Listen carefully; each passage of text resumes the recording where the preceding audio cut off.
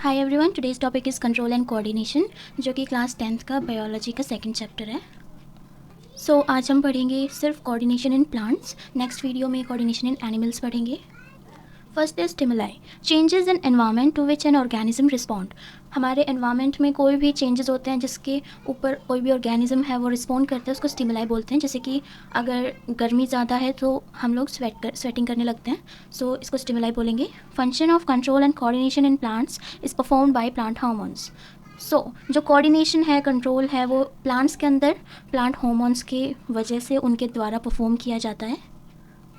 Next is plant hormones. सबसे पहले auxin promote cell enlargement and cell differentiation. जो auxin होता है उसके भी कुछ फंक्शंस होते हैं। उसका फर्स्ट फंक्शन है सेल एनलार्जमेंट का और सेल डिफरेंशिएशन का, यानी कि सेल का साइज इंक्रीज होगा और वो सेल डिवाइड होगी। Control plant response to light and gravity. जो फोटोट्रॉफिज्म एंड जियोट्रॉपिज्म होता है, यानी कि जो भी रिस्पॉन्स प्लांट करता है लाइट के ऊपर एंड ग्रेविटी के ऊपर, वो ऑक्सिन ही परफॉर्म कराता है। Made by cells at tip of stems and roots. Stems and roots की टिप पे जो सेल्स प्रेजेंट होती हैं वो ऑक्सिन फॉर्म करती है। Next is gibberellin, promote cell enlargement and cell differentiation in presence of auxin. जो जिबरलिन हार्मोन जो होता है वो भी सेल एनलार्जमेंट कराता है और सेल डिफरेंशिएशन कराता है, but only in presence of auxin. अगर ऑक्सिन नहीं होगा तो ये फंक्शन जिबरलिन परफॉर्म नहीं करेगा। Break dormancy in seeds and bird. वो स्टेज होती है जिसके अंदर सीड्स एंड बर्ड जर्मिनेट नहीं करते, तो वो उसको ब्रेक करता है, यानी कि सीड्स के अंदर से प्लांट निकलना शुरू हो जाता है और बर्ड्स भी ग्रो होने शुरू हो जाते हैं। प्रमोट ग्रोथ इन फ्रूट्स, यानी कि अगर जिबरलिन हार्मोन है प्लांट के अंदर जो फ्रूट्स हैं उनकी ग्रोथ होती है। ठीक है। Third hormone is cytokinin. Cytokinin promote cell division.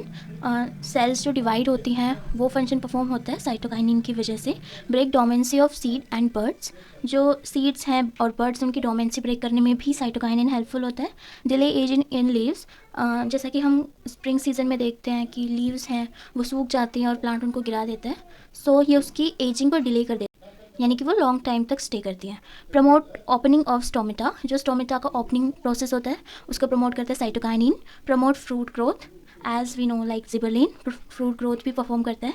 Then abscisic acid promote dormancy in seeds and birds, यानी कि ये उल्टा है, जिबरलिन का उल्टा है एब्सिसिक एसिड, बिकॉज वो ब्रेक करती थी डोमेंसी को एंड एब्सिसिक एसिड प्रमोट करता है डोमेंसी को।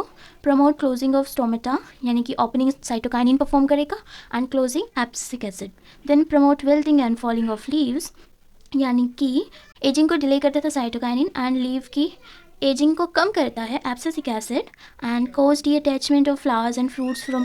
एक ऐसी स्टेज होती है जिसके ऊपर फ्लावर्स एंड जो फ्रूट्स हैं वो प्लांट से डी अटैच होकर नीचे गिर जाते हैं, वो कौन कॉज कराता है? Abscisic acid. Next is tropisms. Tropism क्या होता है? Growth movement of plant in response to external stimuli. Plant के अंदर कोई भी ग्रोथ होती है, कोई भी ग्रोथ मूवमेंट होती है एंड वो एक्सटर्नल स्टिमुलाई के रिस्पॉन्स में, उसको ट्रॉपिज्म बोलते हैं एंड ये डायरेक्शनल ही होती है। First is phototropism, movement of plant part in response to light के रिस्पॉन्स में कोई भी प्लांट का पार्ट अगर रिस्पॉन्स करेगा, कोई भी मूवमेंट करेगा, तो उसको फोटोट्रॉपिज्म बोलेंगे। जैसे कि अगर हम किसी डार्क रूम में प्लांट को रख देंगे और एक ही तरफ से उसके ऊपर लाइट फॉल होगी तो कुछ दिनों में उस लाइट की तरफ ही बेंड हो जाएगा।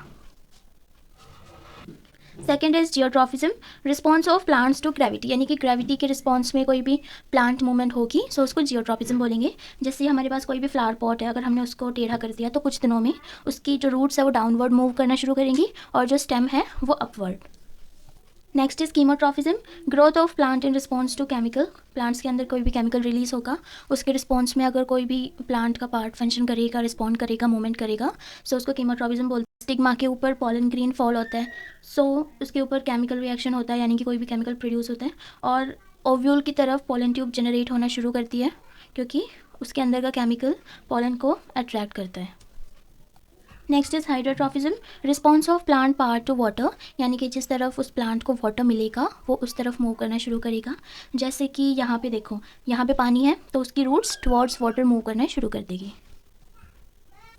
And fifth is thigmotropism, response of plant to touch, यानी कि कोई भी प्लांट पार्ट या जैसे कि टेंड्रिल है, लीफ है या स्टेम है, वो किसी भी चीज़ को टच करेगी, जैसे कि इस वुड को या किसी भी चीज़ को, वॉल को, और वो उसके पास ही मूवमेंट करना शुरू कर देगी, तो उसको स्टिग्मोट्रॉफिज्म बोलेंगे, जैसे कि tendrils. Next is nastic movements, movement of plant part in response to external stimuli. Which direction of response is not defined. Nastic movement में क्या होता है, उसके अंदर भी प्लांट का जो पार्ट है वो मूवमेंट करता है स्टिमुलाई के रिस्पॉन्स में, बट ये इसकी कोई स्पेसिफिक डायरेक्शन नहीं होती कि ये इसी डायरेक्शन में मूवमेंट करेगा। सो इसके भी 2 पार्ट्स हैं। First is thigmonasty, non directional movement in response to touch, यानी कि अगर हम किसी भी प्लांट को टच करेंगे और वो कुछ भी रिस्पॉन्स कर रहा है उसको थिग्मोनेस्टी बोलेंगे। जैसे कि मिमोसा प्यूडिका है जिसको हम टच मी नॉट प्लांट भी बोलते हैं, वो टच होते ही उसके लीव्स क्लोज होना शुरू हो जाती हैं, और वो किस वजह से होता है, folding of leaves of sensitive plant on touching is due to sudden loss of water from pulvinus at base of leaves. जो लीव के नीचे एक छोटी सी स्टेम होती है ना, जो कि मेन स्टेम से अटैच्ड होती है, उसके अंदर वाटर फिल्ड होता है, जैसे ही हम उसको टच करेंगे वो वाटर लॉस हो जाता है, जिसकी वजह से वो जो लीव्स होती हैं वो फोल्ड हो जाती हैं।